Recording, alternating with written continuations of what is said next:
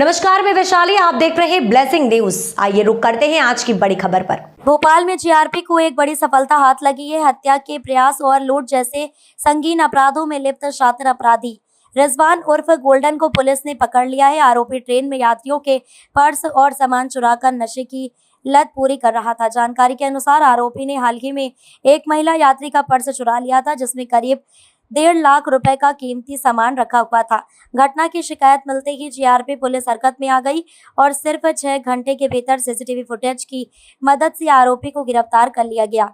पूछताछ में पता चला कि रिजवान उर्फ गोल्डन के खिलाफ 13 संगीन अपराध दर्ज हैं, जिनमें हत्या का प्रयास, लूट और चोरी जैसे मामले शामिल हैं। आरोपी लंबे समय से नशे की लत के कारण अपराध की दुनिया में सक्रिय था और ट्रेनों में यात्रियों को निशाना बनाता था। जीआरपी थाना प्रभारी ने बताया कि आरोपी से चोरी गया सामान बरामद कर लिया गया है। पुलिस का कहना है कि इस गिरफ्तारी से ट्रेनों में हो रही चोरी की घटनाओं पर अंकुश लगेगा और यात्रियों की सुरक्षा व्यवस्था और मजबूत की जाएगी। इधर जीआरपी टीआई जहीर खान ने बताया कि बुरहानपुर निवासी अमन अग्रवाल अपनी पत्नी के साथ 18 जुलाई को पूरी हमसफर एक्सप्रेस के एसी कोच B5 में नागपुर से इंदौर के लिए यात्रा कर रहे थे। जब ट्रेन भोपाल स्टेशन से गुजरी तो अमन की पत्नी ने देखा कि उनका लेडीज पर्स गायब है। पर्स में सोने की अंगूठी, एक घड़ी, आईफोन, मोबाइल और 10,000 रुपए रखे थे।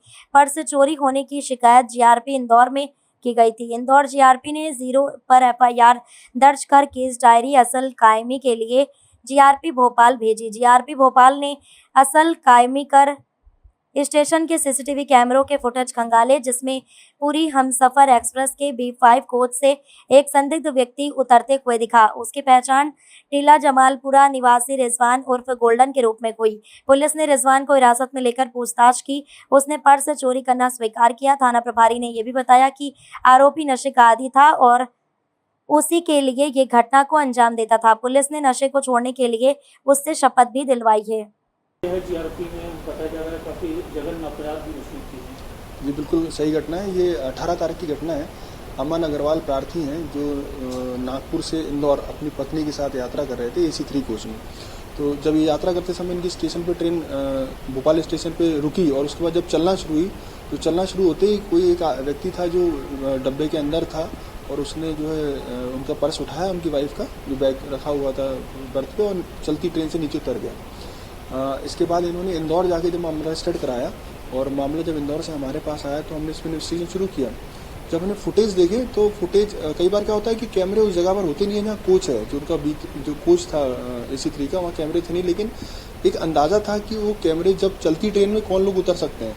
तो जब चलती ट्रेन में एक व्यक्ति भागता हुआ दिखा और जिसके कंधे पे एक पर्स टंगा हुआ था, तो उसका चेहरा तो नहीं दिख रहा था लेकिन उसके शूज़ दिख रहे थे, जो शूज़ में रेड कलर का सोल लगा हुआ था।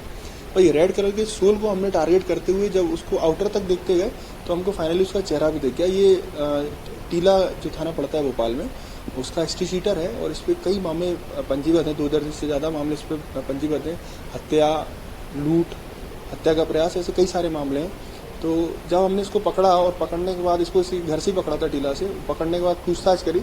पूछताछ में इसने खुलासा किया कि एक तो उसने सारा माल बरामद कराया जो उसने चोरी किया था, पर खुलासा किया कि इसने ऐसा क्यों किया तो उसने बताया कि नशे की लत के कारण जो है उसने ऐसा किया। ये आजकल नशे की लत में ज़्यादा है, जब पैसे खत्म हो जाते हैं नशे के लिए, रोजगार तो कुछ करते नहीं है, तो ये चोरी वगैरह ये सब चीज़ों में उतार हो जाते हैं। तो जब उसने बताया नशे की हालत में किया तो उसके बाद चूँकि अभी हमारे DG सर का अभियान भी चल रहा है मध्य प्रदेश पुलिस को लेकर कि नशा मुक्ति, तो हमको लगा ये अच्छा आइडिया है क्यों ना हम ये नशे की मुक्ति अपराधियों से शुरू करें, क्योंकि सबसे ज़्यादा जो समाज को नुकसान पहुँचा रहे हैं ये अपराधी हैं।